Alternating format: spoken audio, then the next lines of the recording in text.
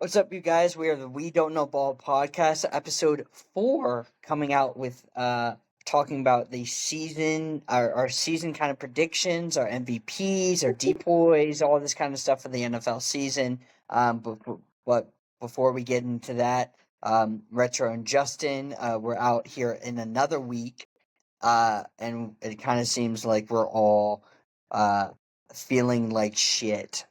Not gonna lie. So yeah, that's my thing. Retro, how do you feel about this week? Yeah, I'm extremely sick, which means there's nothing better than watching football. So, I'm super excited. Thank God we're finally getting into the NFL season because it feels like it's been so long, like the last couple of weeks just waiting. But we've had college football to kind of hold us over until then. So, getting into it, super excited. Yeah, I mean, we literally are at what, T minus 45 hours till the NFL season kicks off. Like, I mean, I'm hyped. I know you guys are hyped. I mean, we've been waiting for it. As soon as basketball ended, like I said, everything's gone stale. Now we're back to a main sports season. Apologize to all you baseball fans. My team isn't doing the best in baseball right now, so I could really care less what happens in that. Just get me to October so I can watch playoff baseball. Hockey starts, basketball starts, but we get this nice little month of football to get us kicked off, to get the juices flowing and get ready. But yeah, I couldn't be more excited for it. Uh, this week's episode of We Don't Know Ball podcast is sponsored by State Farm. Like a good neighbor. State Farm is there. And with that, yeah, let's just jump right into it. I mean, awards, league leaders. Let's rip the Band-Aid off. Let's go for who in the way too early category of MVP. Where are we landing, boys? So for my thing, even before we talk about that, I think the biggest news that actually like came out with us that we all I would like to get everybody's opinions about is the Micah Parsons trade. To be honest with you, because like Micah and Jerry, I think we all, because we're all, we all hate the Cowboys here, so we can all objectively, fairly, non-biasedly say that we all hate Jerry Jones. But does the trade seem to be overblown when we're taking a step back and we're seeing between what the Packers got with Kenny Clark and 2 first-round picks? Because they got more left, let me whatever. jump on that real quick. As you know, I really just wanted to jump completely fucking past this. I live in the heart of fucking cheesehead country. These motherfucking Packers. Micah must have brought the delusion with him because, hey, we got Micah Parsons. It's our year.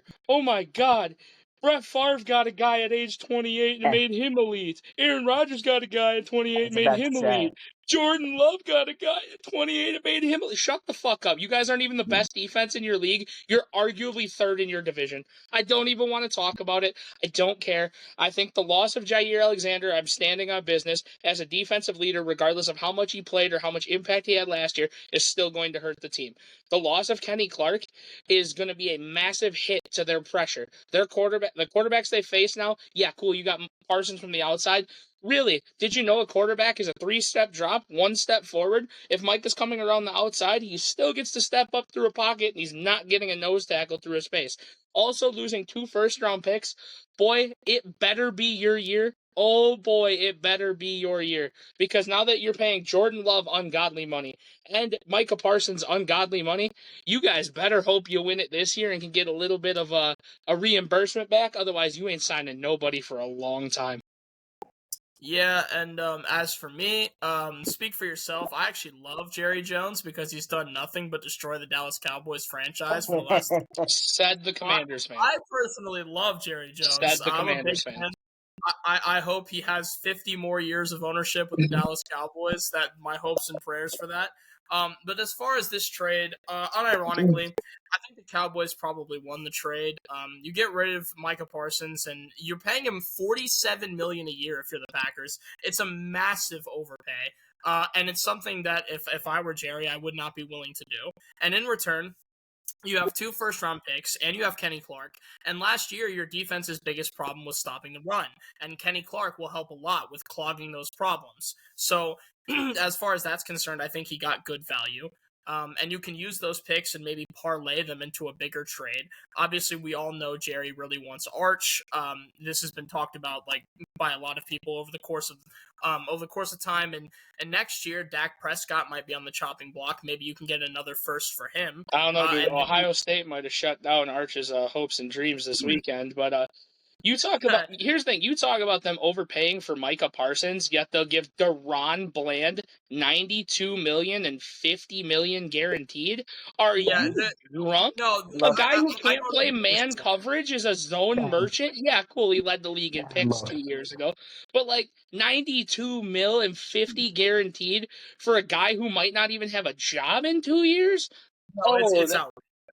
I can't believe. I agree they win the trade. I agree that they win the trade. Don't get me wrong; those 2 firsts are going to be hefty. Kenny Clark is going to add front pressure for them. I think Micah still could lead the league in sacks this year in Green Bay. It's just the way it goes. But like Micah's undeniable. Like there's 4 guys in the league that you really think about that are undeniable, and it's like a Max Crosby, a Myles Garrett, a Micah Parsons, a healthy Aiden Hutchinson, who I was going to leave out of it, and then like a TJ Watt. Those guys, those 5 are really the undeniable 5. So it's like, yeah, cool, you got Micah. Yeah, cool, he might have 17, 18 sacks on the year. He might go crazy, don't get me wrong. But I don't understand you putting yourself in cap hell. And I mean cap hell. When you already don't have a number 1 receiver, you're going to have to pay Josh Jacobs in, I think, in 2 years. You're like, it's a good move for them because they really do need the help on the pass rush, at least from the outsides and like the contain option that Micah does bring. But that's a lot of money to lock up between 2 guys. That's all I got to say. And I think that's a very fair criticism.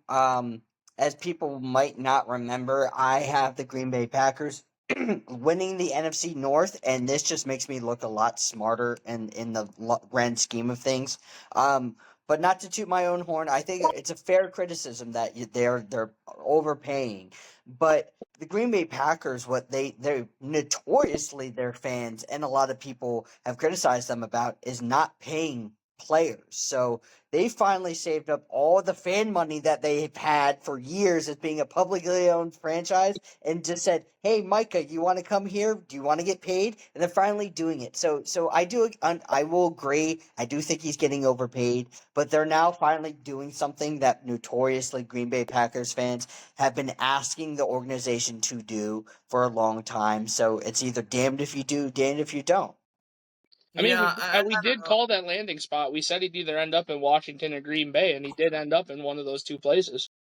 Yeah, I don't know. I don't really like the way that they're doing this. One of my biggest criticisms of the Ravens is that they're willing to like beef up on every single position, every possible place except wide receiver 1, and year after year it costs them like in the playoffs. And my thing is, if Green Bay is like, hey, here's $47 million a year to you, and we're gonna dish out money to get a really good running back. We're gonna dish out money to have a really good defense. But the one thing you guys super need is a wide receiver 1. If Matthew Golden doesn't turn out to be that guy, well, then you're in the same place the Ravens are. And it's like, that's not a bad place to be, but it's not the best place to be if you're, continuously getting kicked out of the playoffs in the divisional, or, occasionally you make a championship game and lose. That's not where you want to be at. Yeah, I mean, I completely agree. I mean, we see Baltimore bolster individual position after individual position. And I mean, I'm not going to lie, Retcher, I understand that you would have hated this with every fiber of your being, but when Scary Terry wasn't getting signed, I was like, man, Baltimore seems to always find the money to do something crazy. So who knows? They need that wide receiver one, and I mean, he would just fit right into that team just absolutely perfectly. So, but yeah, I'm over talking about it. We're talking about Baltimore. Let's segue into the MVP conversation. Which one of you's got him? I know one of you's got him winning it. It's me, and also Jules. It's also We me. both. Yeah, I mean, so my thing is this, right? I think almost everybody collectively agrees Lamar was kind of robbed last year. Josh Allen definitely didn't deserve it. To me, it was between Lamar and Joe Burrow. And like Joe Burrow's name barely came up in that conversation just because Which is they missed insane. Yeah, I mean, he had such an insane year. I know a lot of people who think Joe Burrow will win it next year. But as far as next year's concerned, I think Lamar is, yeah, and that's definitely fair. Lamar is coming off of a career year. Last year was like absurd. His efficiency numbers absolutely outrageous. Like it's a season the likes of which we've basically never seen before. A 4,000-yard passing season and basically a 1,000-yard rushing season in the same year. It's absolutely stupid. And I think Lamar will probably just continue to build off that. It seems like every year he gets better. It's this like crazy thing where every year we think he's hit his peak and he elevates again. So I expect this year is probably going to be a pretty similar year to last year, maybe slightly better, and I think he'll probably win MVP. Not to mention if his tight ends weren't absolutely just forgetting how to play tight end.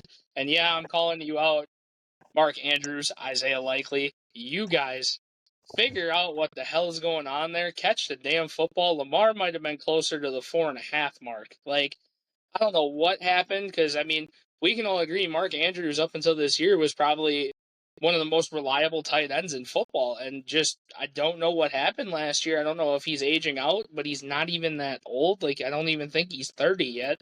Like, it doesn't make any sense to me. But yeah, no, I mean, the three names on my board for MVP are Joe Shiesty, Lamar, and Josh Allen, the three that you named. And I mean, I really don't see anybody else coming for that title out of those three guys for 2-3 years yet. I mean, would I like to say that I can see a Jalen Hurts fluke into that? No, God, no. Nobody wants to hear that. Fuck the Eagles. Do I want to say that I can see JD5 getting into that category? Yeah, someday, 3-4 years down the line. Do I want to see maybe one of these younger quarterbacks come out and make a shock in 4 to 5 years that they actually stay healthy and can do something? Or are we going to get one of these ridiculous situations where a quarterback doesn't win MVP? That's actually something I really wanted to say, and I'm glad you kind of segued into that. Is so to answer the question again, I have Lamar, but I have the same three as you. I have Allen, Burrow, and Lamar. Are we getting to that point in the NFL to where somebody basically that is not a quarterback has to do something completely historic to put them in MVP conversations? I mean, Adrian Peterson's having to be touching Eric Dickerson's record. Saquon was getting, those short runs, or short conversations for the most part, last year when he was on that pace. Jamar Chase is getting triple crowns, and like he's not even in conversations. When Cooper Kupp was doing it, he was in conversation. So like, is it just definitively going to be quarterback is that much more valuable to a team, to the NFL, to where we're never going to see somebody outside of QB to be even considered as MVP? No, Yeah. no, I don't think it. I don't think we're seeing it for a long time. I think that's the reason we have an MVP and an Offensive Player of the Year. I think the MVP we should just stop calling it the most valuable player and just call it the most valuable quarterback, because that's really what it is. It's a waste of time. I mean, like I said, it's always going to be a quarterback. It really is the most important position on a football field because you need a leader, you need a guy who can, you need a games manager, you need a guy who can take the risks and also know when to not take the risks. You need the guys who can throw the ball 60 yards down the field but can also deliver a perfect pass from 5 to 15 yards. Like, you can have a running back go for a running back triple crown. You can have a receiver go for a triple crown. You can see this shit happen every year. We could see it. I mean, we have the talent between the top three receivers in the NFL, between Jamar, Jay Jettas, and CeeDee Lamb. These are things we could see. Granted, not with Dak Prescott at quarterback for CeeDee Lamb, but other than that, he could be in that conversation at one point. But, like, I mean, these guys, nobody's touched them. It's quarterbacks all day. Offensive player of the years are going to be which I guess we can segue right into the offensive player of the year, guys. I mean, you're going to see your Jay Jettas, you're going to see your Jamar Chases, you're going to see your Saquon Barkleys, and I got a new face in my top 3 this year. I mean, my top 3 right now, I got Saquon getting it again. I really do. I see it just, after he left New York, man, he's just been undeniable. He's been healthy. He's looked great. He is head and shoulders the best running back in football. But Jamar Chase is my number 2 option, but my number 3 might shock you guys. I got Jahmyr Gibbs in this conversation this year. I disagree with the offensive player of the year pick. I actually didn't have Saquon, and Retro and me off screen have talked about the all the curses that are looming over the Eagles. I really don't want to hear you say Derrick Henry is offensive player of the year, because he's not going to be. Well, I think there's going to be a strong push because of how much talent on that Ravens. You could even argue that they're a super team, to where we're seeing the MVP and offensive player of the year within the same backfield. We don't have to argue that they're a super team. They are a super team, and they've just gotten stronger this offseason. So they are a super team. So I think that's why we're primed to where, like, I don't understand why we're throwing out Derrick Henry like he's defying all father time physics. Like, he is not literally just behind Saquon Barkley in all of these rushing stats, these per game yards per game, and all this kind of stuff. He's defying everything that it comes to just seemingly possible. Yes, Saquon is younger, but Derrick Henry is another freak of a human being, and we're throwing him out. We're throwing him out because none of us want the Ravens to succeed, and if Lamar's going to be the MVP, we don't want Derrick Henry to win the Offensive Player of the Year. I think it'd be historic. For the record, I would love for the Ravens to succeed. The Ravens are cool. I like the Ravens. Also, I think Jaden Daniels is a 1 to 2 year MVP window. But besides that, my offensive player of the year pick is Justin Jefferson, and the reason for that is because I think that on the Vikings, JJ McCarthy cannot be a handoff merchant. And so the only way in which to fix the fact that he cannot throw is to throw it in the general vicinity of wherever Justin Jefferson is. And I think Justin Jefferson is about to have a career year because he's going to have to get the ball. Let me make this clear, and this can be a clippable moment. You are saying that J.J. McCarthy should adopt a Joe Burrow mentality and say Jay Jettas is out there somewhere when Justin... Yes. Bro, JJ can't throw the ball past 30 yards. What do you want him to do? Yeah, you know what? 30-yard fade balls. If he had Amon-Ra St. Brown, I'd be all in for this because it's a slot merchant. All he has to do is drop it over the middle and let him do work. 30-yard fade balls. Justin Jefferson's out there somewhere. Let it cook. Oh my God, dude! No. His numbers are gonna look so inflated to start the year too, with Addison on suspension. His numbers are gonna look so inflated, and everyone's gonna be all over this narrative. I agree. Player of the year. I think. Well, I'm going to steer past that because I heavily disagree. But I do think the person that you named that I wanted to get into is Jahmyr Gibbs. I actually have him as another person that is considered. Again, I don't have him winning it, but it's like out of the people that we're talking about this historic stuff and the rushing aspect of things, is that David Montgomery does kind of put a cap for Gibbs. But I think Gibbs is being able to transcend that cap, because as soon as David Montgomery went down, Jahmyr Gibbs is going at all-time levels. So he's helping steer the pace of what Dan Campbell and the Lions want to do. But it's going, like, Jahmyr Gibbs is exceeding all expectations. As a platoon backfield, this is something unheard of. Like, this is insane. Like, this dude is literally making a case as he was RB2 of the platoon. And this dude can make a case for top 5 running back in football. Yeah. I don't even think he's, like, making a case. I'd almost say it's just a fact he's top 5. Like, to me, when I think top 5 running backs, I go Saquon, Derrick Henry, Bijan, Ja. You could kind of throw in, like, CMC if you want. I don't want or, like, to. Yeah, Yeah, but like no, I would say Jaws top 4.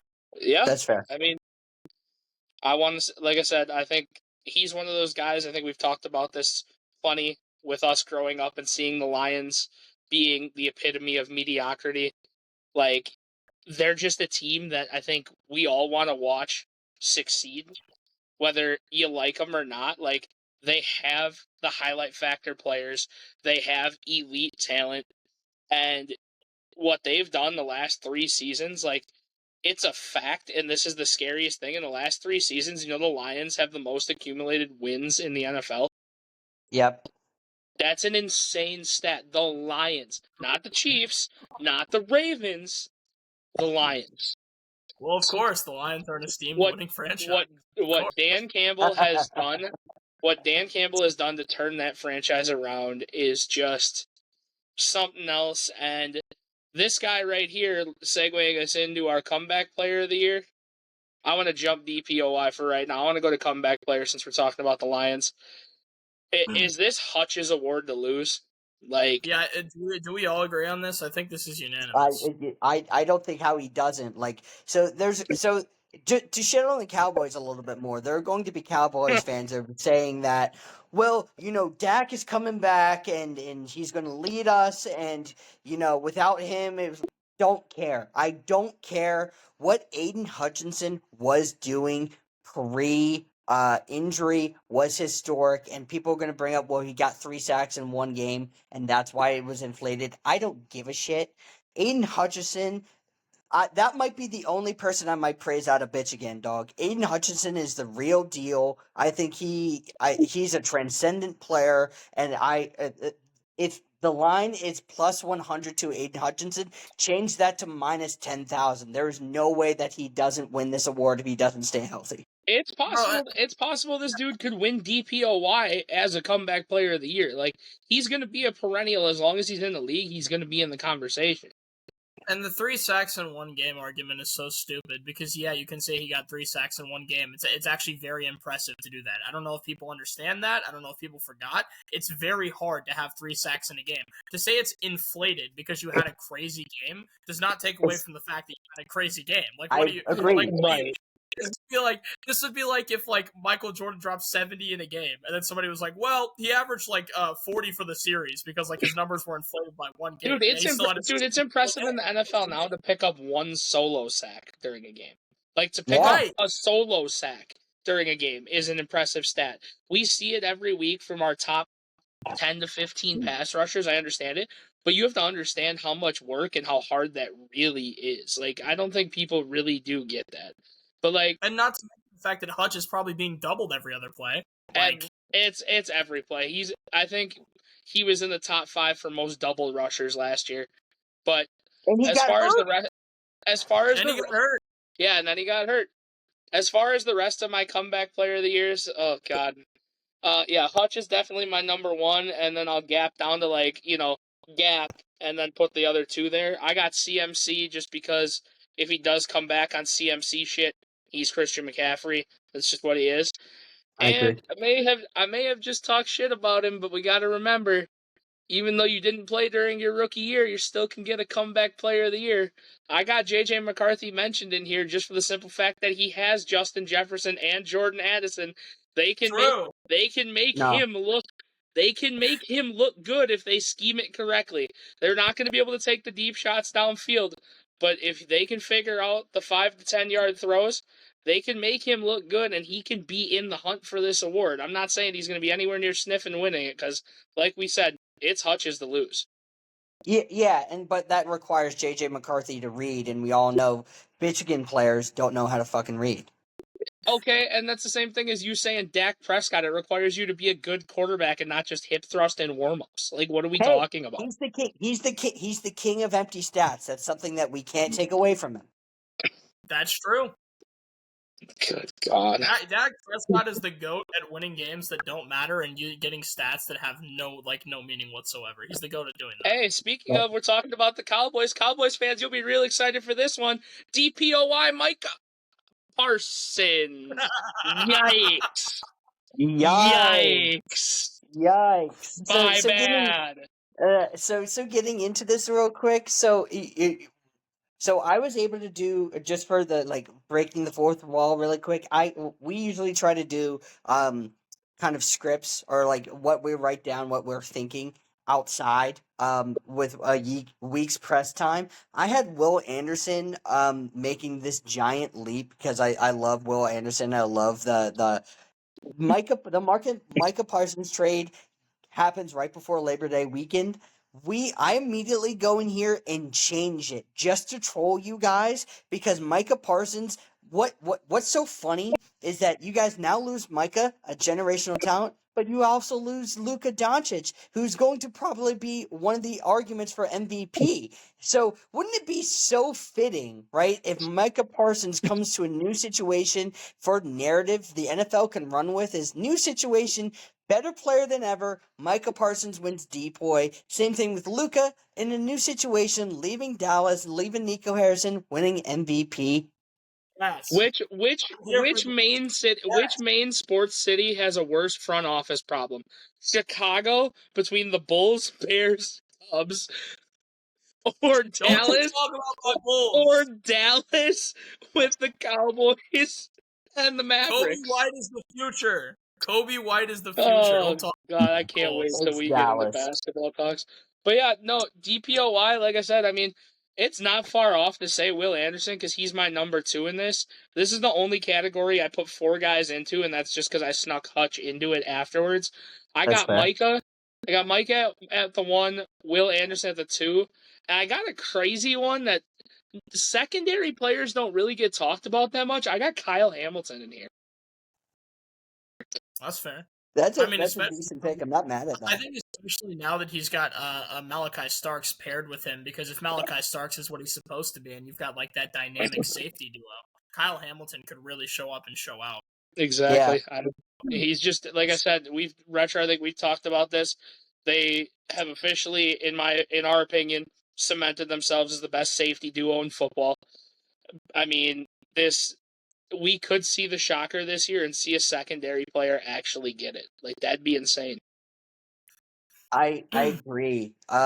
So for I have Micah winning, but I kind of threw people that I don't think get enough love, so that's why I was going to try to push this Will Anderson agenda. I think he's taken leaps over the past several years. I don't think it's that much of an agenda, to be honest.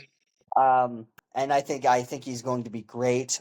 So I officially if I had 4, I'd put him in there. Shout out Will Anderson. But the other 2 that I have on there, Max Crosby, I think he gets a little bit overshadowed because of the organization that he plays with, and everybody just thinks that Myles Garrett and T.J. Watt and Nick Bosa for a better of a long time are freaks of nature. Like Max Crosby deserves that conversation. But I also have Jalen Carter, and I think Jalen Carter can take a real leap as being a defensive tackle, because we're just coming off of, several years where I had to deal with a guy named Aaron Donald basically thrown into my offensive line and just dominate them for years. Do we think that Jalen Carter could kind of take that leap for Philly?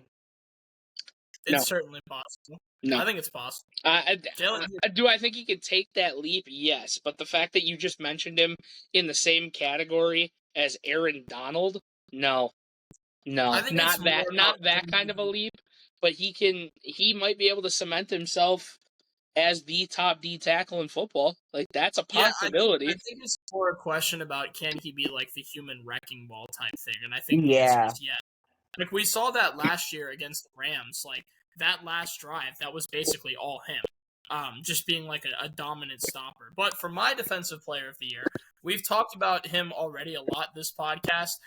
Justin kind of brought it up. It could be kind of crazy. This guy that's a comeback player of the year could also be in conversations for DPOY.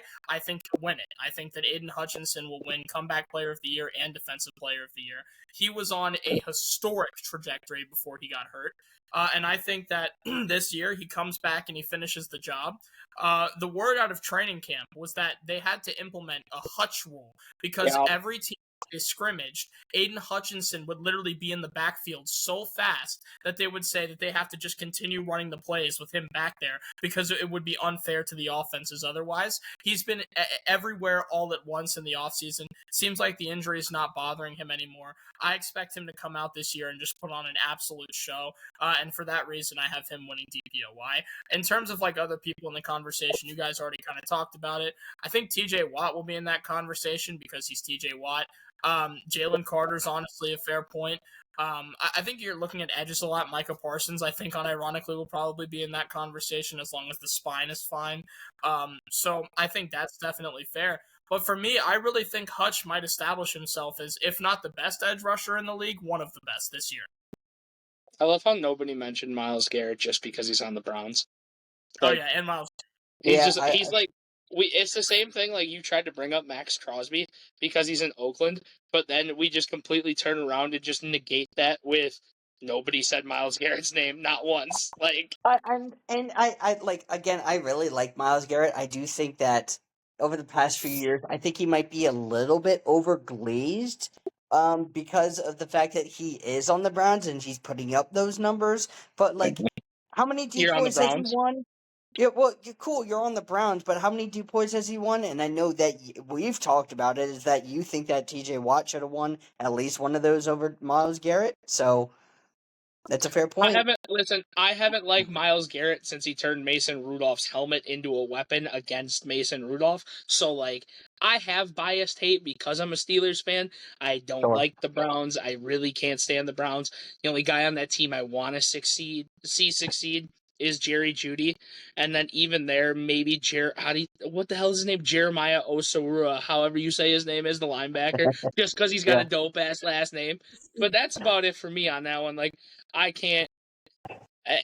Myles Garrett, undeniable. Have to respect what I see. Don't have to like him. Like, when he used that helmet as a weapon, he went right into the Vontaze Burfict category for me. So, like, it's out the window.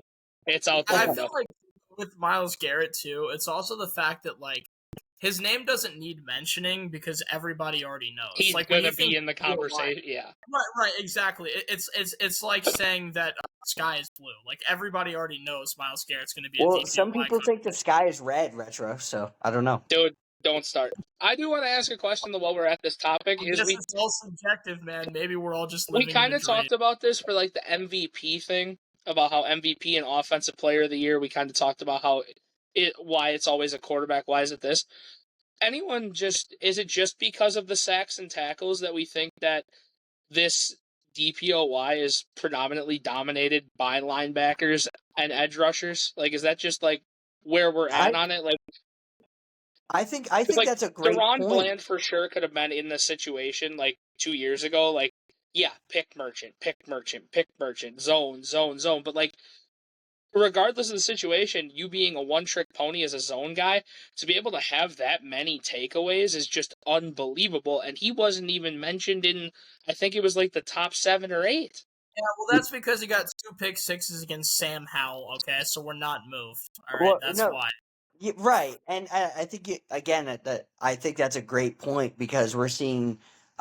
We didn't mention anybody in the secondary. You mentioned Kyle Hamilton. Shout out to him. But Patrick Surtain winning the DPOY last year holds incredible value for a secondary person being able to win it against Stephon Gilmore several years ago. So like a legitimate cornerback who's winning it, I think shows that how dominant at what they're being able to do, because some of those numbers won't be as flashy as the sacks, the pressures, all that kind of stuff. But when you don't hear a corner's name whatsoever during the game, that's when you know they're doing their job. When they're not saying their name. Well, and to add to that too, it's like there are very few positions in the NFL where people will kind of be like, this guy's like undisputed. He's the best at his position. No one's even close. At wide receiver, it's between Jamar and Jay Jettis. At quarterback, I mean, there's like 4 different quarterbacks to get thrown into the conversation with the big 4, right?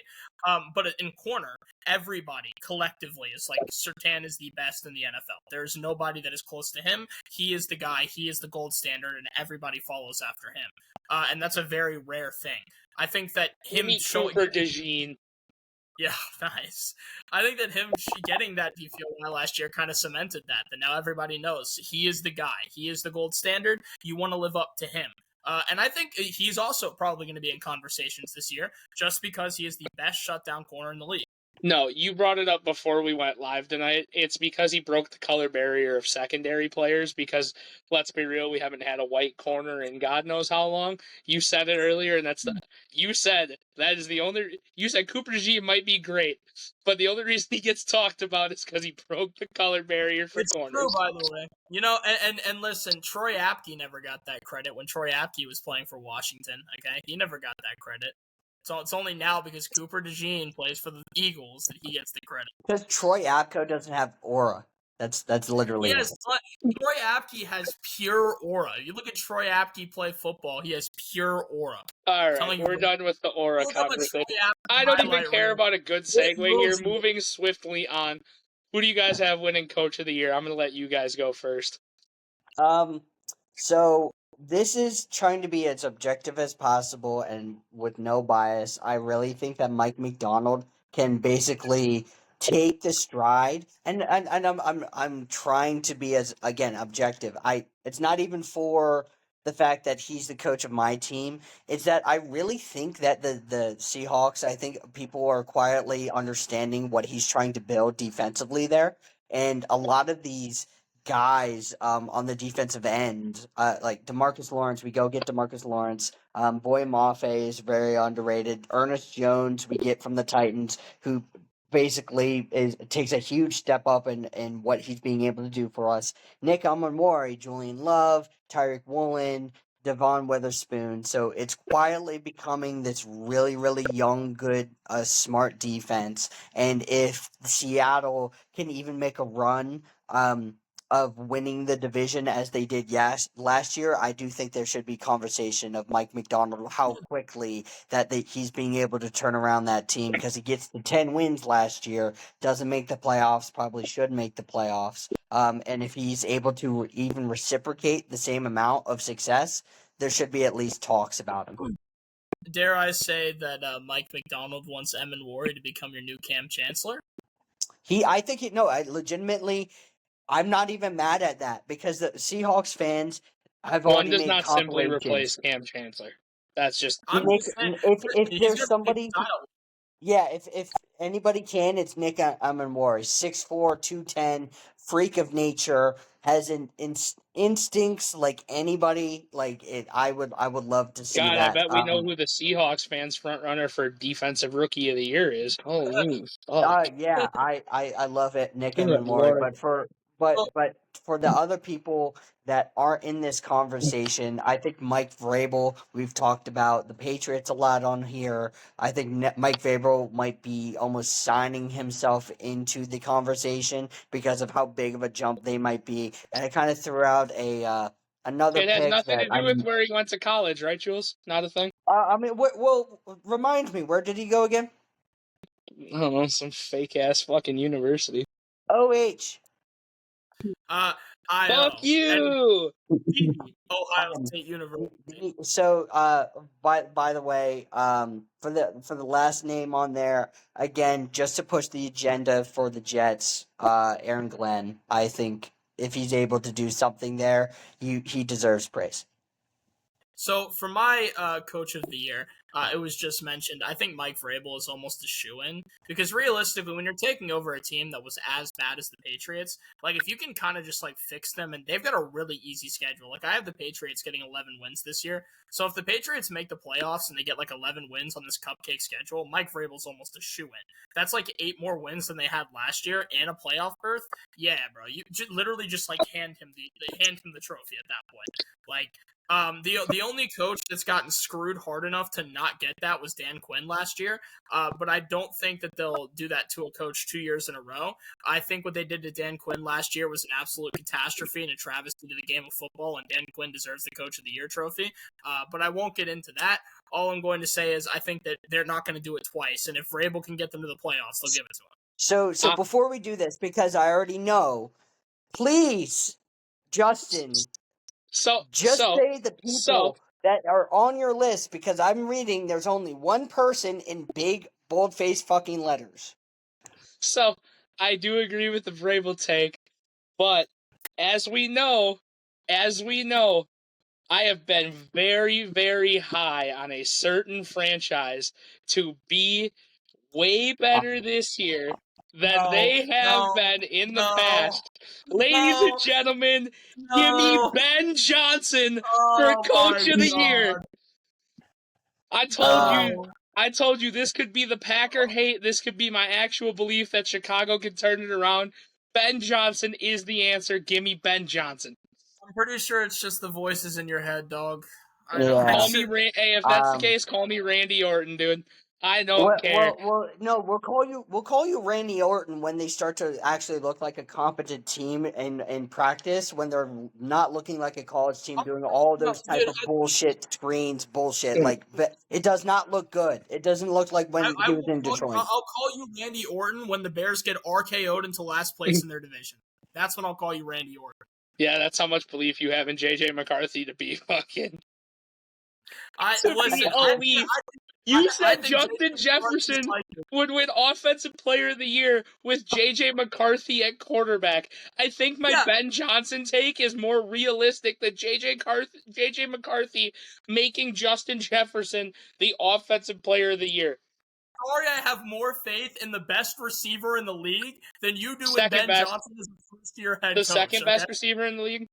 Best receiver. Jamar's out there somewhere. Yeah, number 2. No. We ain't playing that game. I told you when you want to disrespect Jamar Chase not being the best receiver in the league, he's just as fast as Roundtree is, not as creative, but he has better footwork. He has a better high point, better frame, better physicality. Does arguably he has a better high point? Yep. No. You can no all you want. No. You can no all you want. If we're listen, you want to do this, bro, I can rage bait you too, bro. Give me AJ Brown over Terry McLaurin. I can do it all day long. And it's funny you said that. I was just about to say the two best contested catch receivers in the league are Terry McLaurin and Justin Jefferson. And realistically, Jamar's not in that top 2. So I don't even know why. Like, as far as high pointing, those two are the best. All right, well, since you're being delusional, let's move on from one delusional thing to another. Offensive Rookie of the Year. Tell me, what's his name? Is he the running back for Washington? Because I know you want to say it. Say it. Yeah. Wait, no. Before we go in. RB4, Bill. Talk about your RB4. Talk about your RB4. Yeah, so my pick for Offensive Rookie of the Year is RB3 TreVeyon Henderson, because everybody knows that TreVeyon Henderson is going to start, but he's listed as RB3 because no one cares about preseason depth Holy charts. Shit, you guys actually agree on something. I'm shocked. My pick is TreVeyon Henderson.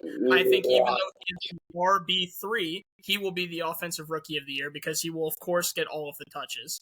I think that TreVeyon Henderson is coming into a place where the pass game will not be super strong because, like, besides, Drake May and, like, a 50-year-old Stephon Diggs, you don't have much in the receiving core there. So TreVeyon Henderson will be relied on to carry most of the offense.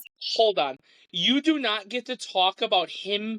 You do not get to slander Stephon Diggs saying he's 50 years old when you got a fat receiver 2.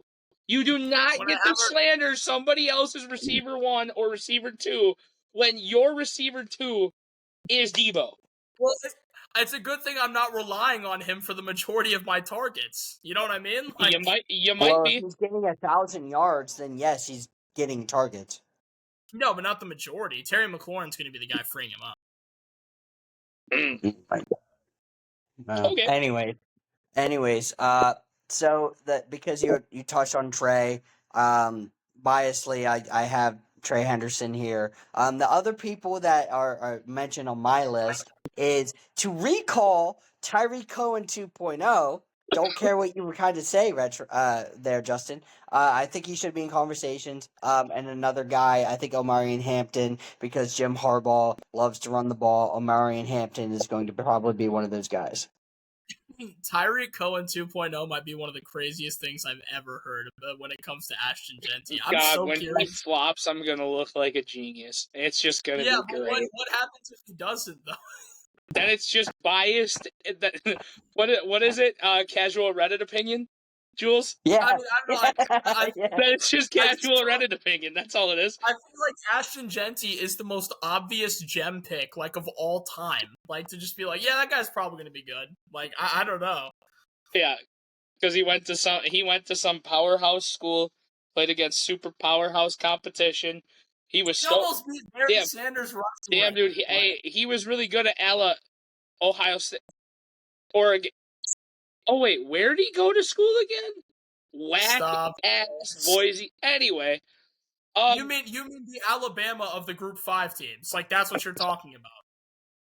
I'd rather win a regular gold medal. Never mind, I'm not going to go into that. Anyway, anyway, so my offensive rookie of the year, I do have Trey's name on here. I do have Trey in here, but Cool. I'm leaning higher to the receivers that should be instant impact guys. I think that the way that we've talked about Green Bay and how they've been hurting for a receiver one, if Matthew Golden is half as good as we've talked about him gonna hopefully being, that he should lock this up head and shoulders. He should become Jordan Love's number one. Like, Fair. it's just a given. Green Bay needs him to become the number Agreed. one. Otherwise, Agreed. we'll just keep wrapping this in circles. Micah Parsons signing is for fucking nothing. Anyway, we're going to bring him up so damn much. Second, I've got Emeka. He's going to have the ability to be free all day with Mr. 1000 on the outside. So, like, he and Matthew Golden have pretty big shoes to fill coming in. They probably have the most pressure out of any offensive rookie to actually shine. So I'm banking on the heavy weight on their shoulders to actually deliver, you know? I mean, I took another. I would say, because I was deciding between two. I was deciding between another rookie receiver and TreVeyon Henderson. I was looking at Tet. I think Tet's gonna immediately come in and be the Panthers' number one. I don't think that he's gonna choose Xavier Legette over him for any reason. It all depends. It all depends how Bryce wants to evolve this year. That's really what it's gonna come down to. I agree, but I think that Ted is like the perfect receiver to do it because he's super tall, he's agile, with high point. He's got a great high point. Ted has like insane natural catching ability, and obviously because how tall he is, the catch radius is absurd. I'm sorry to touch on the rookies is that, like, because of how deep the rookie skill class is coming into this year, you can just throw 3 names on a wall and I'll be like, yeah, I'm with that. I'm like, because of just how skillful these guys are, I'm not mad that you could make a top 10 list and just, again, throw all these random names on the wall and be like, yep, yeah, that looks kind of good to me, because I truly don't know. Especially when it comes to running backs, man. There's so many good running backs in this draft class. Like, RJ Harvey could just break out and have a crazy year. Like, there's so, like, Bill could break out, have a crazy year. There's running backs, like, all over the league that could break out and have crazy years, like, because this class was so loaded. This skill position class is very, very interesting. And I believe we've talked about it. I believe we hope that this rookie class is our next set of Hall of Famers, is our next set of top tier guys. Like, we've talked about it, whether it's on the offensive or what we're segueing into on the defensive side, where, I mean, can we just say this is Abdul Carter's race to lose? Like, please. Like, I can understand, like, my secondary pick is Jalon Walker. I think he's very big into it. But if anyone has Travis Hunter leading this vote, retro. This man's going to be broken by week 5 playing both sides of the ball. So, Travis Hunter, to me, is an alien. He's done things in college we have never seen before. I expect that to translate to the NFL. And more than that, even if he's not the best, but he's up there with the best, the media would love to give Travis Hunter one of these awards. They would absolutely love it. People forget that at the end of the day, and this is one of the reasons why I don't like media awards much, is they are media awards, and they are biased by a narrative. The media would love to give Travis Hunter one of these awards because it would continue the narrative of, oh, he's a Heisman winner here. He's a two-sided player. Look at how amazing he is at both sides of the ball. He's going to have more negative off-field attention with the problems with his wife than he is going to be on field actually impacting his team. Come on now. I disagree. I think Travis Hunter will be an instant impact player. We saw him in college, how amazing he was on both sides of the ball. I think that we're going to see that again. I think that it's really easy to hate on him, but we have to recognize the fact that he was absurd in college. He was fantastic on both sides of the ball. One of the best ball hawks I've ever seen in college. He's the only player in this draft I want to prove me wrong. I want him to prove me wrong because he's been doubted at every level, high school, college, and now he's getting to the pros.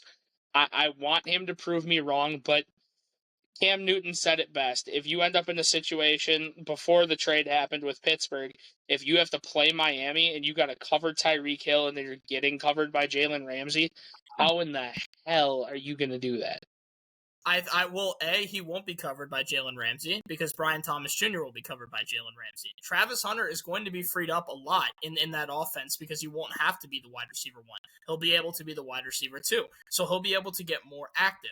And then B, as far as that's concerned, there are 2 players that have been doubted through every phase of their life in this draft, Cam Skattebo and Travis Hunter, and I expect both of them to be successful because a lot of these guys that have that dog in them and have like everybody like doubting them from day one across the board, a lot of them can use that as motivation. I think it's a lot better to be the underdog than it is for everybody to just instantly believe in your hype, right? We saw that with like Arch Manning, right? It's way better to be the underdog nobody expects anything from than to be the guy everybody's looking to. And with Travis Hunter, everybody's saying the same thing. He's going to be broken by week 5. He doesn't have the ability. No one's ever done it before. But you know, as everybody says, there's a first time for everything, and I think Travis Hunter will be that first time. If anybody off that Colorado team is going to make impact in the league, it's going to be him, because Shedder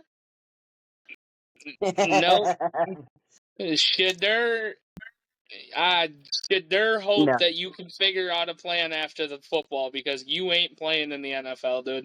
Well, it looks like Shiloh already came out and said he's going to pursue music, so I don't know. Maybe. Well, yeah, that's because he got released, so that's different. I can't believe the league is doing the Sanders boys as dirty as they are. I understand, like, Dion is Dion, but, like, they have done his kids dirty. I agree. But for, like, my picks, I have Abdul Carter.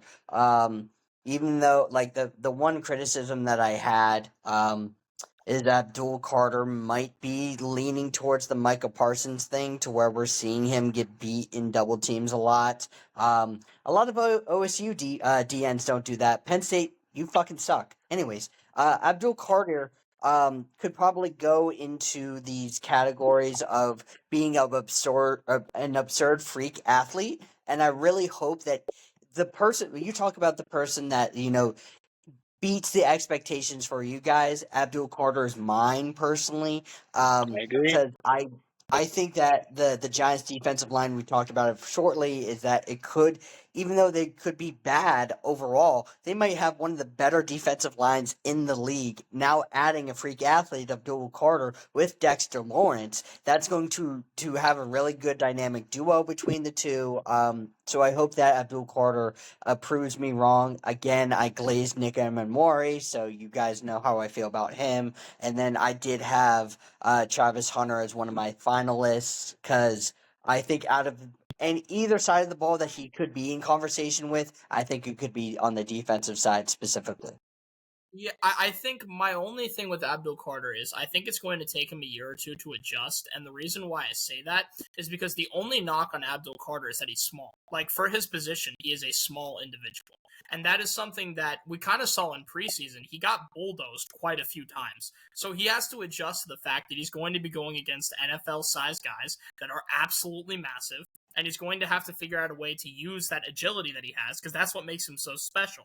Because he's not that big, but he's extremely agile, quick on his feet. So I think he'll be just fine, but I think it's going to take him at least like the first half of the season to kind of adjust and get into it before he starts out on that rookie, like that trajectory. And so that's why I don't think I would give him defensive rookie of the year. I think he'll be great. I think it'll just take him like a little bit to like adjust. And I think that's why I have him. I think that's why I have him where I have him, because I'm giving him a 6-week learning curve. And then as soon as he figures it out, like you said, that agility, that speed, that strength that he does have, we're looking at a guy, and I'll be the first to say this is a bit ambitious of me, but we're looking at a guy who might be able to pick up 10 sacks in those last 10 weeks of the season and lock up I this don't hate, award. I And don't hate that. yeah, I don't hate that. And just to be fair, right? Because everybody was saying this past year that the defensive rookie of the year was a weak class, and Jared Verse is winning, and he had what 4.5, 5 sacks. So like, box score wise, it doesn't look pretty, but a lot of Rams fans here in LA are glazing over the fact that Jared Verse is going to take that leap, and the box score doesn't look good. So Abdul Carter can be kind of in that same boat to where I can argue where somebody's box score numbers doesn't look as good, like Jared Verse last year, to where and it took him a little bit to adjust to where I think Abdul Carter could kind of get away with that benefit of the doubt for like I 6 just or so hope weeks. I just hope for the sake of it, because I do think Jared Verse is a very good talent, especially for LA. I just hope he continues to make the steps he has made and continues to work, because he was, once he figured it out, he was I'll say good, probably A top of B tier type passer. Like he showed that he belongs. Like I just want to see, like I said, we need these young guys to do it, because I think we've noticed that defenses have been very like top 12 player heavy in the NFL. Like we could use some new stars. We could use some guys, because some of these guys are aging out of this league, whether we want to say it or not. Like we need these guys to actually come around and be stars and be household names. Like I don't think Jared Verse could be a household name throughout the entire league. But like you said, if LA is already talking about it, let's keep that positivity towards that, because he very well could be that piece that they need to. I'm not going to say return to their great form, because I don't think they'll ever return to that form again. But he could be a building block of that piece to start it. I don't know. I mean, I have the Rams going to the Super Bowl this year, so I think they're going to be in like perfect form, and I think that like Jared Verse will be a big part of that. So, I'm sorry, what? Yeah. I mean, I think it's a hot take. They almost beat the Eagles last year.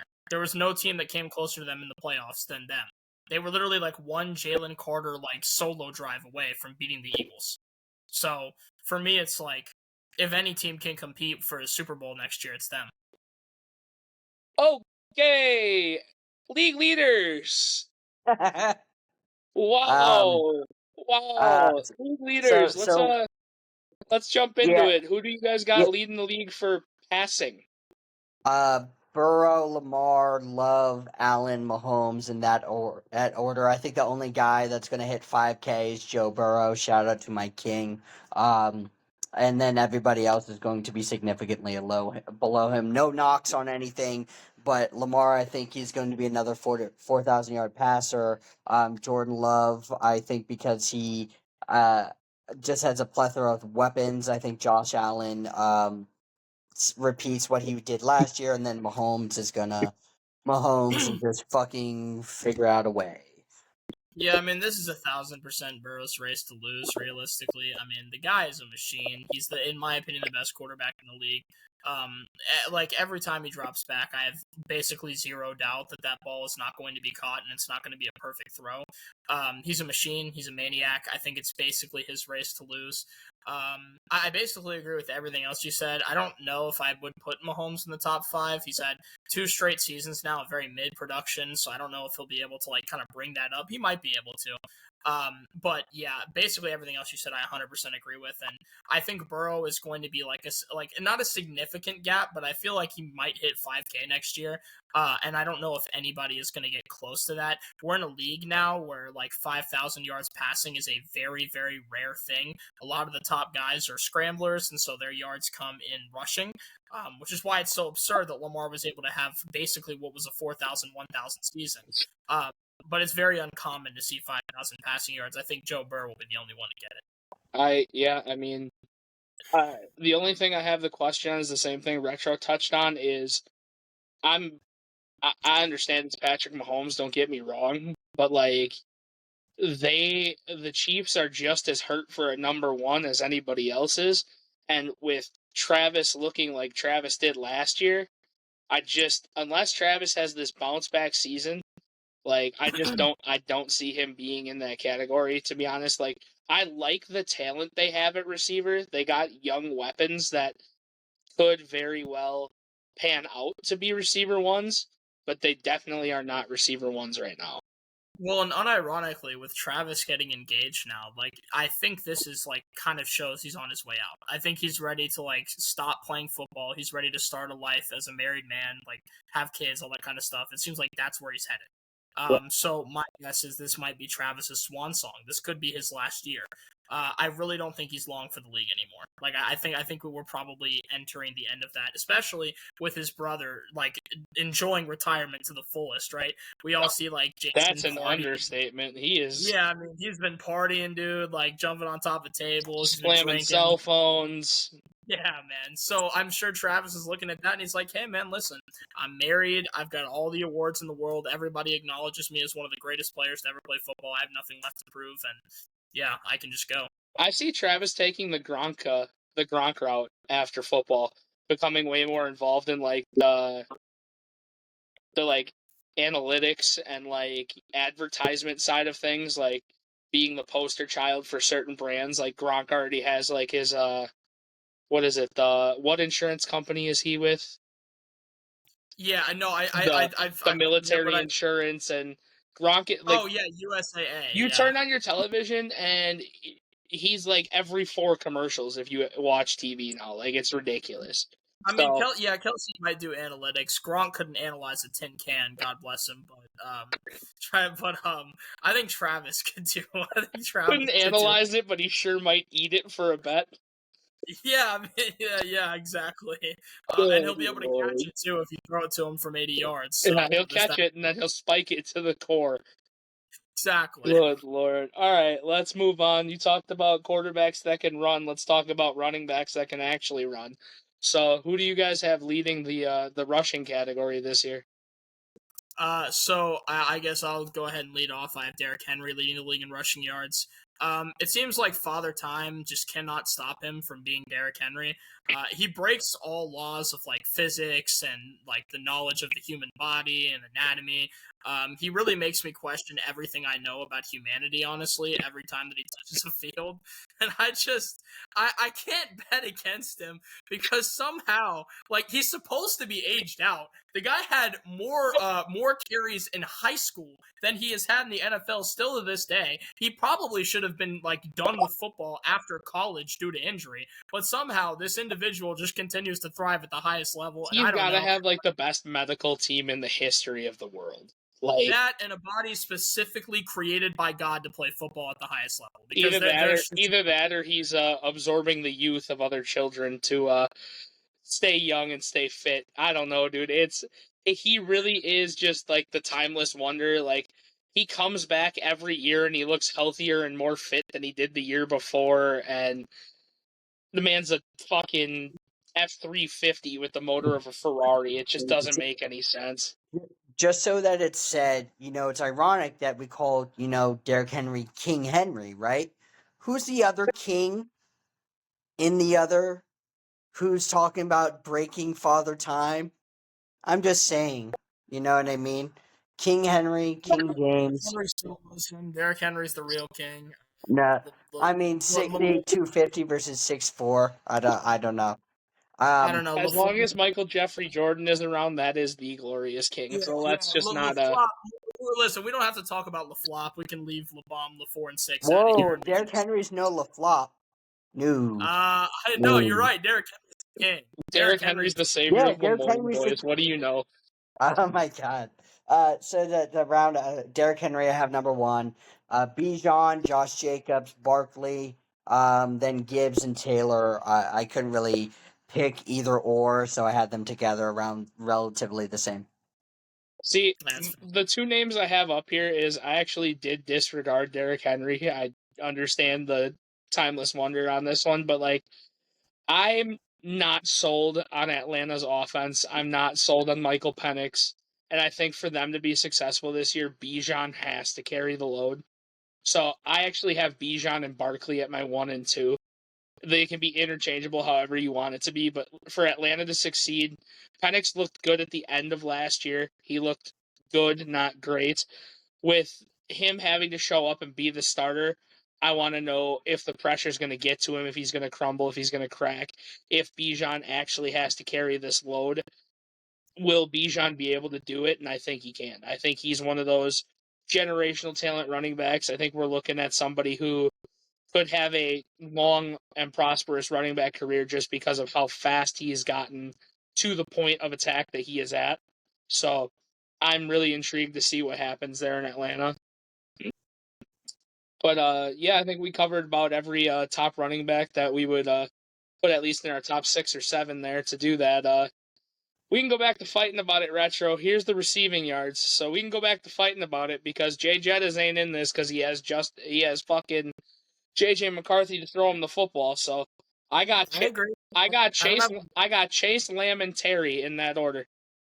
Okay. I also have Jamar winning. I think that given the fact that I think his quarterback's going to throw for 5,000 yards, it kind of just logically follows And that 3.5 of it's going to be to him. Yeah, I mean, right. Well, I mean, I don't know. Like, Jamar Chase is just such like a demon. Like, and obviously he's going to get that football like more than anybody else. So I think he'll probably get the most. I think that Terry will definitely be in the conversation, freeing him up with a wide receiver too. He's got a new contract. He's got incentives now with this new contract to play as well as he can. And obviously incentives definitely help. I mean, when you're playing for extra millions of dollars, it can definitely give you a bit of a boost. So I think that's something to look for. And yeah, now that Dak is back, expect a lot of empty stats for sure, and CD will be the main beneficiary of said empty stats. Not to say that CD is like an empty stat receiver because he's actually really good, but just good. that. Yeah, I mean, in my opinion, he's the third best in the league. I think CD's absolutely disgusting. But, when Dak is throwing behind in, like, garbage time, whenever they're, like, losing to whatever team by, 20, then, CD will get a lot of targets and a lot of yards. So If CD had a real quarterback, do you think that we would actually throw him into those top 2? Like, is that an actual... Like, is it possible that CeeDee Lamb is actually the best receiver in football and it's just been limited to 3 by Dak? No. Because Justin Jefferson to me is like on a different level. We're talking like Randy Moss trajectory, and then Jamar Chase is also like on an insane level. I don't know. But on a Vikings uniform, immediately gets a Randy Moss comparison. Wow. But he is the next Randy Moss. That's just the way he plays. He's an insane deep threat. He's absolutely absurd, like anywhere down the field. He made, in my opinion, what the greatest catch of all time was against the Bills on that 4th and like 21. I feel like he's just got all of like the intangibles that Randy had. So for me, it's like, yeah, he doesn't even have the best catch in Minnesota history. Diggs going over the top of the corner to catch the ball, running into the end zone and flinging his helmet 25 yards. I think that's the most iconic catch in Minnesota history, but I don't think it's as impressive as what Justin Jefferson did against the Bills. Jules, sorry, we're talking over you. Who do you got, dude? You guys basically said all the names. The 2 that I think deserve mention, we're talking about people who break Father Time. Davante Adams, shout out to you. I think he can somehow be put into this conversation. Because I talked about it last week that Davante Adams is slowly starting to become Sean McVay's play toy. He loves him, and that he's going to be getting a lot. That's such a weird way to say that. Dog, I'm not even joking. Davante Adams has been glazed. Sean McVay quite literally when he gets traded for them puts on a tribute video of just glazing Davante Adams, and I'm not even joking. I'm not gonna put him in the yardage category, but I could really see Adams actually leading the league in touchdowns this year. I could see that too. And the other person, honorable mention, it's probably not going to be a favorite name, but Drake London. I think he could get a whole bunch of targets because they were I don't understand somebody how being a targets merchant. I'm like, so you getting yourself fucking open? I don't understand that. Somebody told that to me before about Drake London. Is Bijan gonna learn how to throw to him? Like, I'm just curious. Michael Penix is going to be a great quarterback. He's going to be a great guy. I agree. Also, he's not lying about the Davante Adams thing. Like, there's literally like a whole video where McVay just like Oh, I know. Everybody in the room, when they were like, "Look at this guy and his route running, so good, so Like, peak." Still it's might be the nasty. best route. Still might be the best route runner in football. I think he is. I think he is. Devontae Adams' routes are so nasty. It's like it's unreal. Boys, Like, can we full circle now? Please, can we full Yeah. circle now? Back Yeah. to Micah Glaze, who's leading the league in sacks this year, boys. I acknowledge my tribal chief, Micah Parsons, as the sack leader for the NFL this year. Yeah, I mean, Oh, okay. I'm with that. God. I'll jump in real quick, and then you guys can do your Micah thing because I think it's really based, and I like it. I hate the Cowboys so much. But just to do my thing, I think it's going to be Aiden Hutchinson. Obviously, I have him winning Comeback Player of the Year. I also have him winning DPOY. I think Aiden Hutchinson this year is basically going to be the equivalent of a human wrecking ball. I don't think anybody will be able to stop him, and I think he will just run through offensive lines like they are butter. I just, for me, I think Aiden Hutchinson was on pace to do that last year, and now he's just going to go ahead and finish that. I think that it's going to be like almost like he never got hurt. And yeah, so I've got Aiden Hutchinson doing that. But you guys acknowledge your tribal chief. Go ahead. Micah Parsons, right? So the fact of the matter is that, again, this will feed into the narrative that the NFL needs and frankly wants, is that more people are giving Cowboys unnecessary attention to where, oh, you're changing franchises to a team that hasn't had a defensive end since Reggie White. So basically, or since you can even argue Clay Matthews, I can give you Clay Matthews, but I would say Reggie White. But Micah Parsons leading the lead in sacks, leading the league in pressers, getting his team to the playoffs, winning DPOY. That's going to help the Packers fans and help the NFC North, help just feed families. If Micah can do this and just basically break the narrative of, oh, I get better when I'm getting outside of Dallas because Jerry Jones doesn't even know my name. I mean, I think that at this point, we really don't care. We really don't care. Like, we're at the point of, we just want Micah to be great, to stick it to Jerry. Like, that's literally what it is. I'm not a Packer fan, but I want Micah to do it. I would again like to clarify that I love I want Jones. Micah Parsons. I want the Packers to be mediocre. I want Micah Parsons to have 21 and a half sacks this year. I want Jerry Jones to finally be like, damn, we should trade for that guy. He'd be perfect on our team, because you know that's what's coming. You just know it.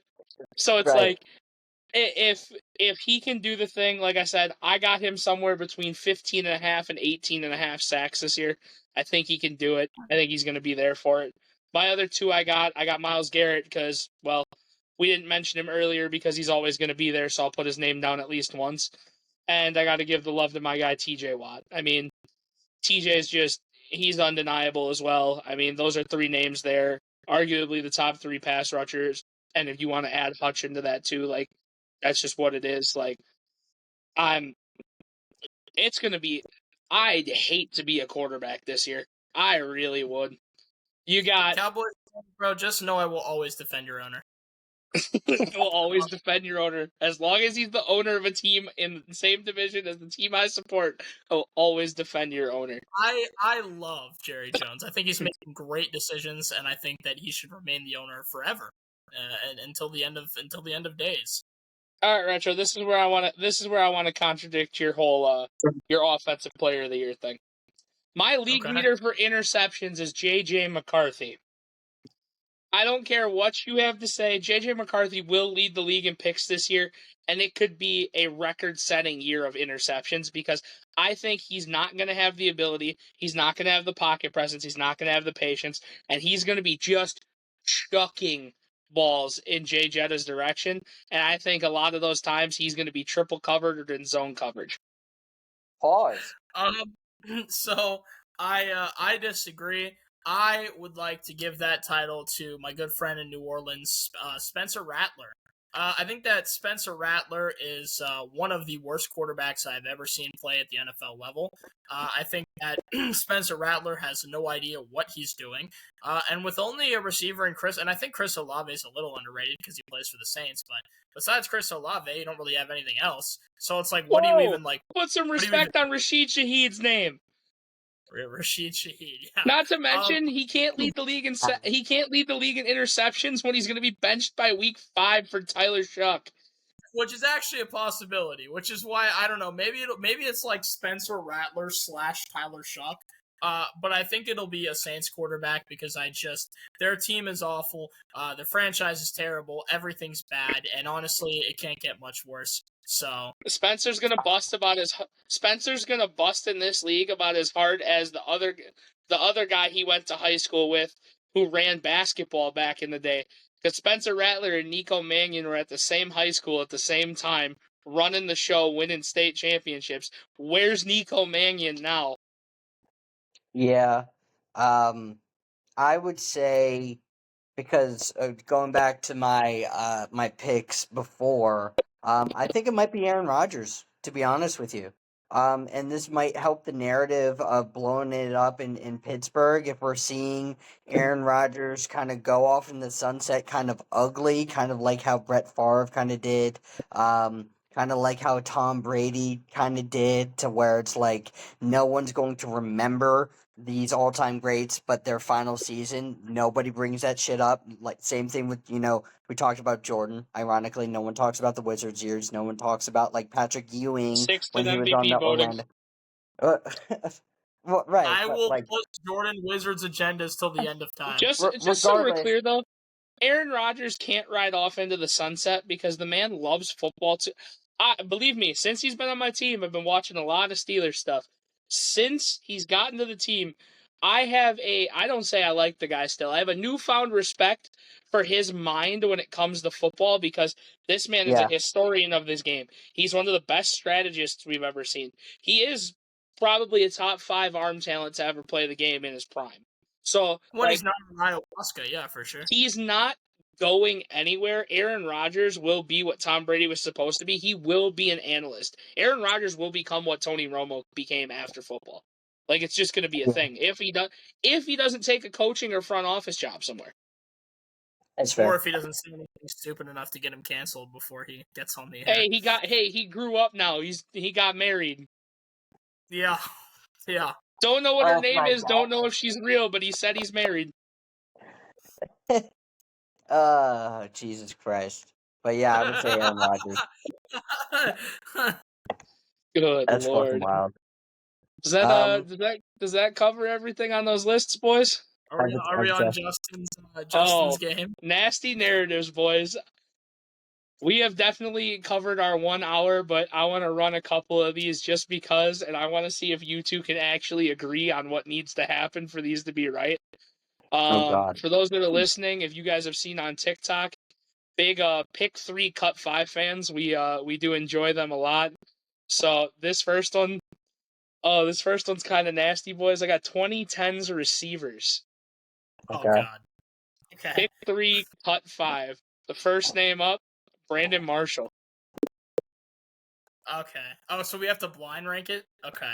Yep. Jules, I'm in favor of cutting. That's the quickest cut I've ever had in my fucking life. Okay, cool. All right. I'm good with it. Second on the list, T.Y. Hilton. I'll cut that too. I'm cutting T.Y. Hilton. I love T.Y. though. Shout out T.Y. All right. This is the one that I know that's going to probably be interesting. Santana Moss. No. Retro. We've already missed 2 cuts. We have 5. Yeah, but like Santana Moss was really Santana good. Moss is lower than T.Y. Hilton and Brandon Marshall. This might be the bottom. No. What do you mean, but, no? Okay. I will say this: Santana Moss is better than both those guys, but I'm okay using the cut because we still have 2 more. But he's better than both those guys. No. We're cutting him, and that's just not true. We're cutting Santana. I'm okay using the cut. That's fine. I'm okay using the cut. So we got 3 I cuts so far. Moss. I love you, King. Jordy Nelson. I'm in favor of keeping. I agree. I agree. Jordy Nelson is so underrated, bro. Jordy Nelson is low key like Julian Edelman. Like those two are like I put them in like the same they're like the same stratosphere for me. All right. Next up on the list, Victor Cruz. I fucking hate You gotta him. go. He gotta go. He's got to go too, bro. What the fuck? We What's only have 1 cut and 2 keeps left, so this could Dude, get really we're bad. having to bank on we're having to bank on some nasty stuff. Okay, what do we got here, Justin? Next, OBJ. It's shorter than Victor Cruz, but I am fine with a keep here. Because his where we're his at. prime was actually so nasty. I'm cool with that. We'll get like prime OBJ. That's fine. I'm good All right. with that. We'll take Next up, 1 keep and 1 cut Next left. up. Okay. RIP this man, taken way too soon. Demaryius Thomas. Oh God, I want to keep him. That's the best name that he said so far, in my opinion, and it's not close. Yeah, and I mean, how do we? But the problem is, you still got so many insane Hall of Fame level like talent left that we haven't said yet. That it's like if But we cut don't him, know what he's gonna say. But what if he says like Megatron or like Fitz? And we're just like cooked. So do we? So Odell, Nelson? Then, well, if you're afraid of the fact that he's going to say one of those guys, then I'm leaving this to you. no, don't put this shit on me. No, fuck that. I'm putting this to you. No, so if we want to go by, this is what we can go by. Demaryius Thomas probably by far the best name, but he's got 6,000 yard seasons consistently over 1,400, and then he has a fall off when he I'm pretty sure he gets some injuries here and there. If we're talking about 2010s wide receivers, it's Julio, it's AB, it's Calvin Johnson, it's Dez Bryant, Larry Fitzgerald. Yeah, Larry Fitz would be those are 5 names that we have to bank on, that we know Justin enough to where we can just say that he probably didn't even have any of them in his list. The thing is, he might have kept one for last just to be a fucking just to be like the Be biggest a dick. ass. Yes. We'll cut Demaryius Thomas. All right. Okay. So we have cut Brandon Marshall, cut T.Y. Hilton, cut Santana Moss, cut Victor Cruz, cut Demaryius Thomas. We've kept Jordy Nelson. We've kept OBJ. And the last keeper, you're going to be pissed, DeAndre Hopkins. I will take that. Yo, I totally forgot about D-Hop. The fact that we landed him, that is actually not bad. All right. That is not bad. D-Hop is nasty. I think D-Hop is probably the second best receiver behind DT on that list. So I agree. For the list, now that we have it, I think we go Thomas, we go Hopkins, and probably Odell. Probably either Odell. You would probably have. If I were you guys and I would have had the stones to do it, it would have been you cut 5 straight and you keep OBJ, Demaryius Thomas, and D-Hop. Yeah, I think it was man. The bottom was super stacked on that one. I'm okay with what we did. I think we played that really well. I think we did good there. These next 3 lists are very interesting. I just got to say that. So the next list up is 2000s linebackers. What the hell? Okay. And we're gonna kick it off with, I can only assume is going to be a keep. It's a very short peak. It's a very elite peak. Oh, I already know. Patrick Willis. Yeah, I already know. Yeah. Throw him in the keep, bro. I would throw him in keep. Yeah. All right. Hall of Fame Willis, yeah, bro. Throw him in the keep. Yeah. Anyway, Junior Seau. I want to use keep again. Junior Seau is so good. Dog, I'm telling you, when it comes to 2000s linebackers, I know. There is so much to where you're. No, I can't keep Junior Seau. I'm sorry. Okay, all right, we'll go with the cut. Rip Junior Seau. We'll go with the cut. That's no offense on him. I think there's just way better names. Next name on the list, Brian Cushing. Cut. That's such a cut. That's not even funny. Hey, but you know what though? He is the toughest player that I think I've ever seen. So shout out Brian Cushing. I already know what the answer to this one is, but he just has such a dope last name, I couldn't leave him off this list. Bill Romanowski. Yeah, get him out of here. Yeah, that's it. We're gone. Bye-bye. All right, this is where it gets interesting. Terrell Suggs. I would keep T-Sizzle. I'm a big T-Sizzle guy. I would keep him as well. Okay, so we have 1 keep and 2 cuts left. All right. Looking at these names, you guys are so fucked. Damn it. It's going to be Kuechly and Lewis. I guarantee you. Oh, God. DeMarcus Ware. Because he's a Cowboy, fuck it. No. Yeah, you know what? Because I know you have Ray Lewis in there somewhere. Get him out of here. You sure? I didn't have any top receivers that you guys were looking for in the other one. He's gonna be in here. Get him out of here. Derek Brooks. I'm a big Derek Brooks guy, but literally the only the again, just naming other linebackers that would be in the 2000s is Ray, and there's just so we're clear, if you don't keep Derek Brooks as arguably the second best linebacker of this generation, I will be slightly concerned.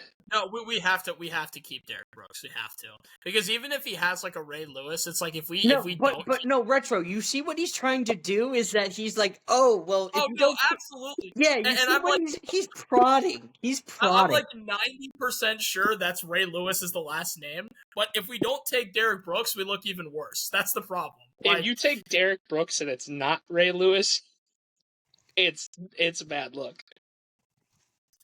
I mean, Jules, at this point, I feel like we're kind of cooked either way, so we probably just take Derek Brooks. Zach Thomas, Brian Urlacher. It could be either or. Yeah, but Derek Brooks is a Hall of Fame. I was going to say, on the list, those are 3 and 4 as well. It's Urlacher and then Taylor. I mean, all right. I guess we're gonna get clowned for not taking like Ray Lewis or Brian Urlacher. So give us Derek Brooks. Listen, it is what it is. We're cooked anyway. Give us Derek Brooks. Oh, that's such a clippable moment. You cut Junior Seau. You cut Brian Cushing. You cut Bill Romanowski. You cut DeMarcus Ware. You kept Patrick Willis, Terrell Suggs, Derek Brooks, and you cut Ray Lewis. Yeah, no shit.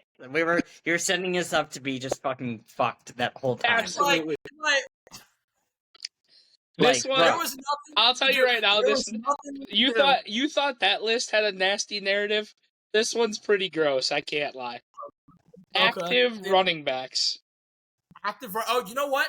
Okay, I'm cool. You know what? That's fine. I'm good with this. First name on the list, Devon A-Chain. Cut. Second name on the list, James Cook. Cut. Yeah. Wait, these could all be mid guys too. I know Justin. I know Justin. Third name on the list. I'll just put Keith next to him right now. Bijan Robinson. Good. Yeah, keep. that's a keep. So many keep. Perfect. Oh, I know what he's gonna do. Hold on. Go ahead. Running back up, David Montgomery. Gone. Oh, this is gonna be about as fun as Santana Moss. Kenneth Walker III. Jules, I understand. Okay, yeah, okay. I know, cool, I'm objective. No. Okay. Kenneth Walker's not like that. Okay, get him out. Okay. You have 1 cut left. And 2 keeps. Yeah. Aaron Jones. Keep. No. Yes. No. We have to keep Aaron Jones. He's better than everybody else that was. If I knew that you wanted to keep Aaron Jones, I would have pushed this Kenneth Walker shit. Are you kidding me? Jones is better than everybody else there besides Bijan. What do you mean? No, he's not. No, he's not. Yes, he is. We have to keep Aaron Jones. I am clip farming.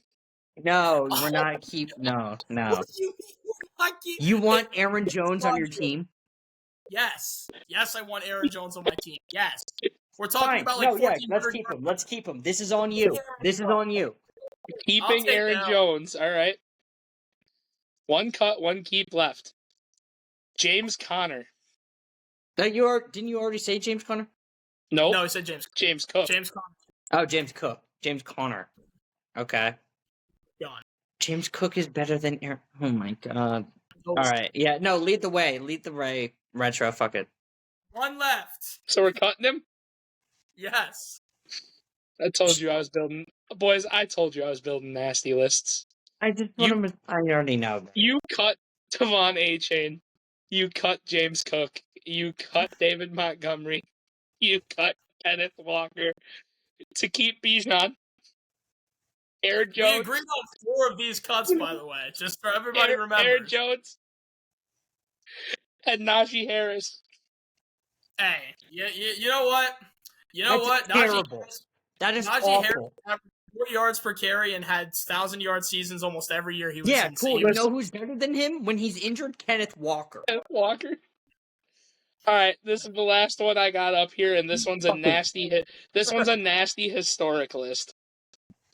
Oh no! Left-handed QBs. Wow. Okay. Sure. Number Okay, go. one, Tua Tagovailoa. I mean, I God. want to say cut immediately, but Oh, the thing is, and there it- are but it's, left quarterbacks. I Like, want you to know that left-handed QBs are like dime a dozen. So I don't know if we're like it's as quick as you think as a cut. Oh, I know. That's what I like. Like I want to say cut, but there really aren't many left-handed QBs that Yeah, because exist. there's like maybe 4 or 5 that I have on the top of my head that I would keep. Do we just keep and push the narrative that he led the league in passing one time? So I mean, if every- fuck it, we could. Fuck it. So yeah, I guess okay, Tua. yeah, sure. What? Yeah. We'll The keep way Tua, this keep is Tua. going, I'm having a list of these every week for you two. This is fun. We'll take that. Wait, listen. Tua carried Tyreek Hill. That's the narrative we're pushing. Number 2, but- Boomer Esiason. Oh no, he brings in a Hall of Famer. Like, bro, That's what I'm saying. Is that's one of the names off the top of my head.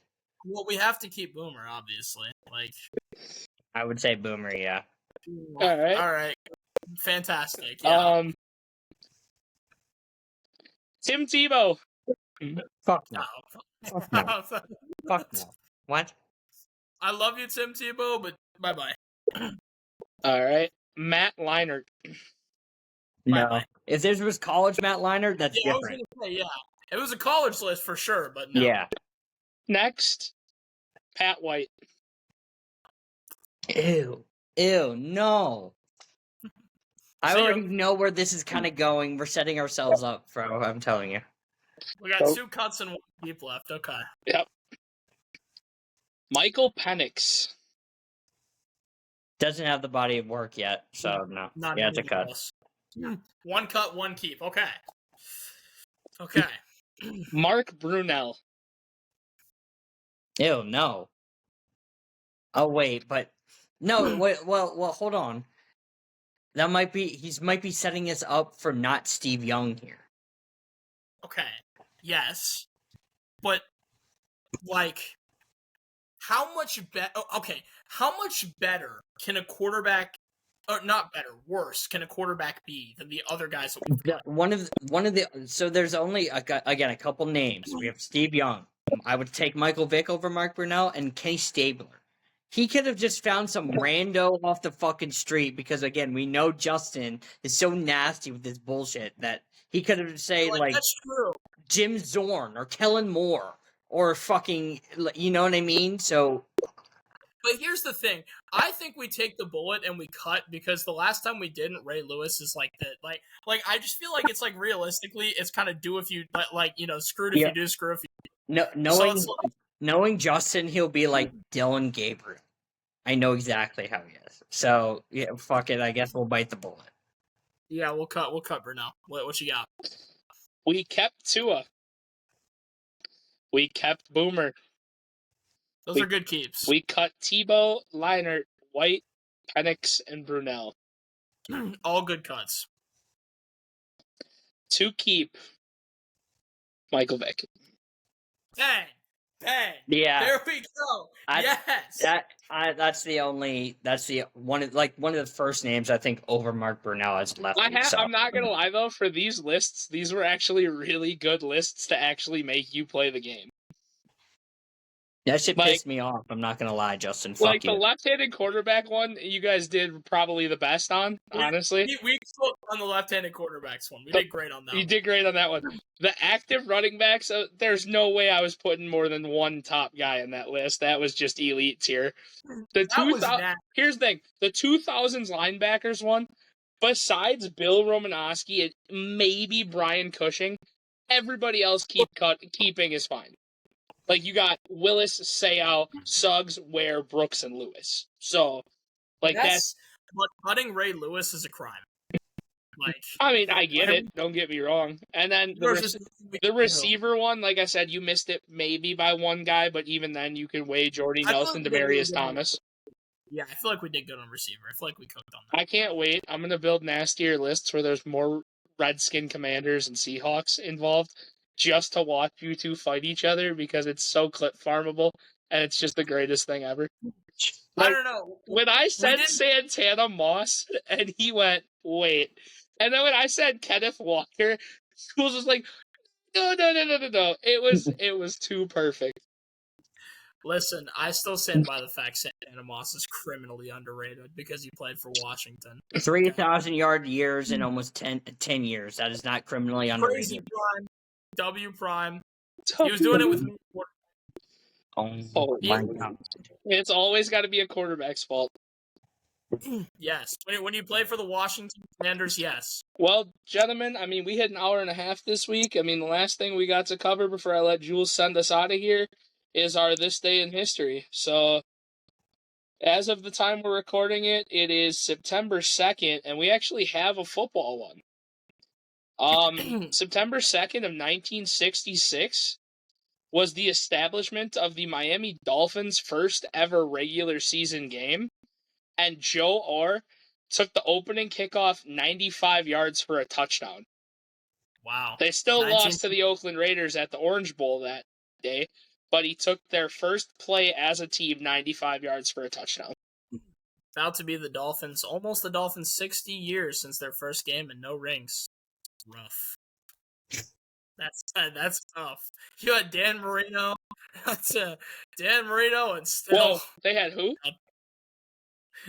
Dan Dorito. They had Dan Dorito, the most elite of the elite quarterbacks. I'd also like to say that this day in history as well, it looks like Djokovic and Alcaraz are going to be playing against each other in the semifinals. So if you guys are Hold on, let me just pull up literally any other tennis stat that matters more. Hold on, let's see here. If you guys are interested in tennis, U.S. Open's going crazy. Okay. Oh, yeah, here. September 2nd, 1970, U.S. Open first Grand Slam tournament tiebreak is used to decide a set at 6-6. First player to reach 5 points with a sudden death at 4-4. There you go, U.S. Already Open. way more entertaining than whatever the fuck you just said. Oh, yeah, it's only the greatest tennis player of all time playing the new best tennis player of the day. Oh, I'm sorry, I didn't realize that he ever passed Federer and Nadal, but that's up for discussion. Nadal is a playoff choker, and Federer's owned by Djokovic, so yes. Yeah, because they played him when they were in their 40s, and he was an up-and-coming world phenomenon. Don't give me none of these excuses, okay? Yeah, right. To be both in their prime. Right. Okay, coming at him like Kwame Brown wanting to play Jordan one-on-one. Don't talk to me. Tennis segment weekly coming soon, guys. No. For that bullshit, you can watch Retro Second Rate Podcast, The Extra Possession. Whoa! That podcast is peak content. And ours isn't? Yeah, ours is also peak content. We have way more clippable moments because we love to rage bait each other. I would never call that podcast second rate. They're both peak podcasts. The last thing before we go, and I know it's a longer episode, week 1 predictions. I wanted to go through this really quickly. Justin very kindly was able to write down all the teams that are playing against in week 1. Again, thank you for doing that. So we're kind of, I just want to run through the teams. We don't necessarily need to go through any analysis. Just do our pick'ems because we made, we're thinking about doing a tally mark of who wins and loses every week, and we kind of do where at the end of the year, who has the most tally marks. We might be making a bet behind the screen. And Retro, you're going to be participating in that. I do not care. You're a poor college kid. We're doing that. Since you don't want to be financially responsible for a jersey, which is $60 each person for the other person. Money. I think it might have to be, oh God, I don't want to say that. I think it might just be either like some sort of control of your TikTok username, or we force you to post something. Just something lighthearted. Lighthearted. I love that idea, but we can talk about that off screen. So really quickly, week 1 again. Thank you, Justin, for being able to do this for us. Yes, sir.